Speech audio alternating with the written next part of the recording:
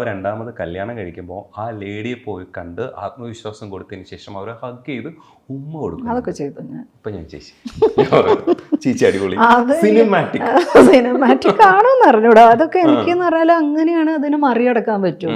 കാരണം ഞാനും ബാലും തമ്മിൽ എനിക്ക് തോന്നിയിട്ടുള്ളത് ഞങ്ങളുടെ ഉള്ളിൽ പ്രണയമൊക്കെ അതെനിക്ക് തോന്നുന്നു ഞങ്ങളുടെ ഉള്ളിലൊന്നല്ല. നിങ്ങളൊരു 5-6 കൊല്ലം കഴിഞ്ഞ ദാമ്പത്യങ്ങളൊക്കെ എടുത്തു കഴിഞ്ഞാൽ ഇന്നും അത് സർവൈവ് ചെയ്യുന്നുണ്ടെങ്കിൽ അതിനകത്തൊക്കെ പ്രണയമൊക്കെ വറ്റിപ്പോയിട്ടുണ്ടാവും. പിന്നെയെന്ന് പറഞ്ഞാൽ നമുക്ക് ഇത്രയും നാൾ അടുപ്പുള്ള ഒരു മനുഷ്യൻ, കൂടെ ഉണ്ടായിരുന്ന മനുഷ്യർ, മക്കൾ എന്നുള്ള ഒരു ഫെവിക്കോൾ എലമെൻറ്റ്, ഇതും കമ്മിറ്റ്മെൻറ്റിൻ്റെ ഒക്കെ ഇഷ്യൂ വെച്ചിട്ടാണ് നമ്മളെല്ലാവർക്കും സ്പേസ് കൊടുക്കുന്നത്, അക്കോമഡേറ്റ് ചെയ്യുന്നതും. അല്ലാണ്ട് പ്രണയത്തിൻ്റെ പുറത്തൊന്നുമല്ല ഒരു ദാമ്പത്യം ഭൂമിയിൽ നിലനിൽക്കുന്നത്.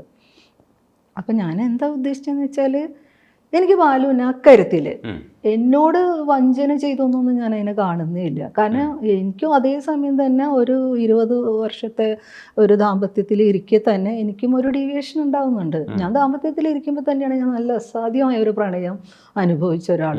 ഞാൻ അതിനെ നിഷേധിക്കാൻ തയ്യാറല്ല. എന്തിൻ്റെ പുറത്ത് ആര് കല്ലെറിഞ്ഞാലും. അപ്പോൾ ബാലുവിന് അത് നേരത്തെ ഉണ്ടായോ അവസാനം ഉണ്ടായോ എന്നുള്ളതല്ല അടുത്ത പ്രശ്നം. ഇതേ സാധ്യത ആ മനുഷ്യനുണ്ട് ഇല്ലേ? അയാൾ അത്രയെങ്കിലും നീതി കാണിച്ചെന്ന് വെച്ചാൽ ഓക്കെ, എന്നോട് അയാൾ നീതി കാണിച്ചു, ആ സ്ത്രീയോട് നീതി കാണിച്ചെന്ന് എനിക്ക് പറയാൻ പറ്റുള്ളൂ. സാധാരണ എല്ലാവരും കറുവാപ്പസി നടത്തും, ഗോ ടു യുവർ ക്ലാസ്സസ് എന്നുള്ളതാണ് പിടിക്കപ്പെട്ടാൽ. ഇതെല്ലാം നമ്മൾ പല നാൾ കള്ളൻ ഒരു നാൾ പിടിയിൽ എന്നുള്ള രീതിയിലാണല്ലോ ഈ പ്രണയത്തിനെയൊക്കെ ദാമ്പത്യങ്ങളുടെ ഇടയിൽ കൊണ്ടുപോകുന്നത്.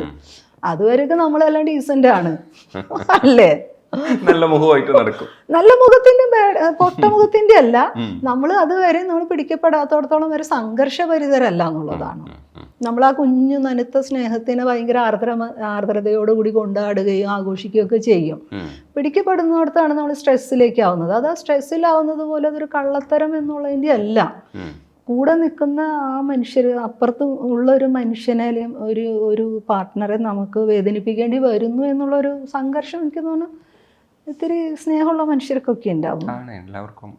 ഉണ്ടാവും. നമുക്കിപ്പോൾ നമ്മളെ കൂടെയുള്ള മനുഷ്യനെ അല്ലെങ്കിൽ ഒരു സഹജീവിനെ നമുക്ക് അത്രത്തോളം സ്നേഹിക്കാനൊന്നും പറ്റൂലായിരിക്കും. പക്ഷെ അവർ വേദനിക്കുന്നുള്ളൊരു കൺസേൺ ഒക്കെ ഉണ്ടാവും അല്ലേ?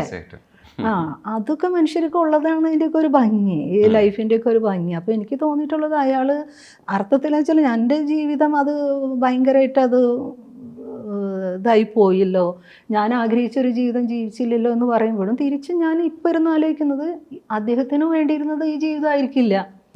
അപ്പോൾ അയാളും വേറെ അർത്ഥത്തിൽ ഈ ലൈഫിൽ സംഘർഷത്തിലായിരുന്നിരിക്കും. ചിലപ്പോൾ എന്നെ പോലെ ആർട്ടിക്കുലേറ്റ് ചെയ്യാൻ പറ്റാത്തത് കൊണ്ട് മാത്രം അയാൾക്കത് പറയാൻ പറ്റിയില്ല എന്നുള്ളതല്ലേ? ആ സ്ത്രീയെ ഹഗ് ചെയ്യുന്ന സമയത്ത് അവർക്കൊരു ആത്മവിശ്വാസം കൊടുക്കുകയായിരുന്നോ? അതെ, എനിക്ക് 2-3 കാര്യം അതിനകത്ത് എന്ന് പറഞ്ഞാൽ ഒന്ന്, അവർ ഒരു കുറ്റവാളിയെ പോലെ ജീവിക്കേണ്ടവരല്ല എന്നുള്ള ഉറച്ച ബോധ്യമുണ്ട് എനിക്ക്. അവരെന്നോട് മാപ്പ് പറഞ്ഞത് എനിക്ക് ഭയങ്കര പ്രശ്നം ഉണ്ടാക്കി. കാരണം ഞാൻ സ്നേഹിച്ചു എന്നുള്ളതിൻ്റെ പുറത്തും ഞാൻ സെക്സ് ചെയ്തു എന്നുള്ളതിൻ്റെ പുറത്തൊക്കെ ഒരു മനുഷ്യനോട് ഇവിടെ മാപ്പ് പറയേണ്ട കാര്യമില്ല. കൃത്യം ചെയ്ത പോലെ ജീവിക്കേണ്ട ഒരു കാര്യമില്ല.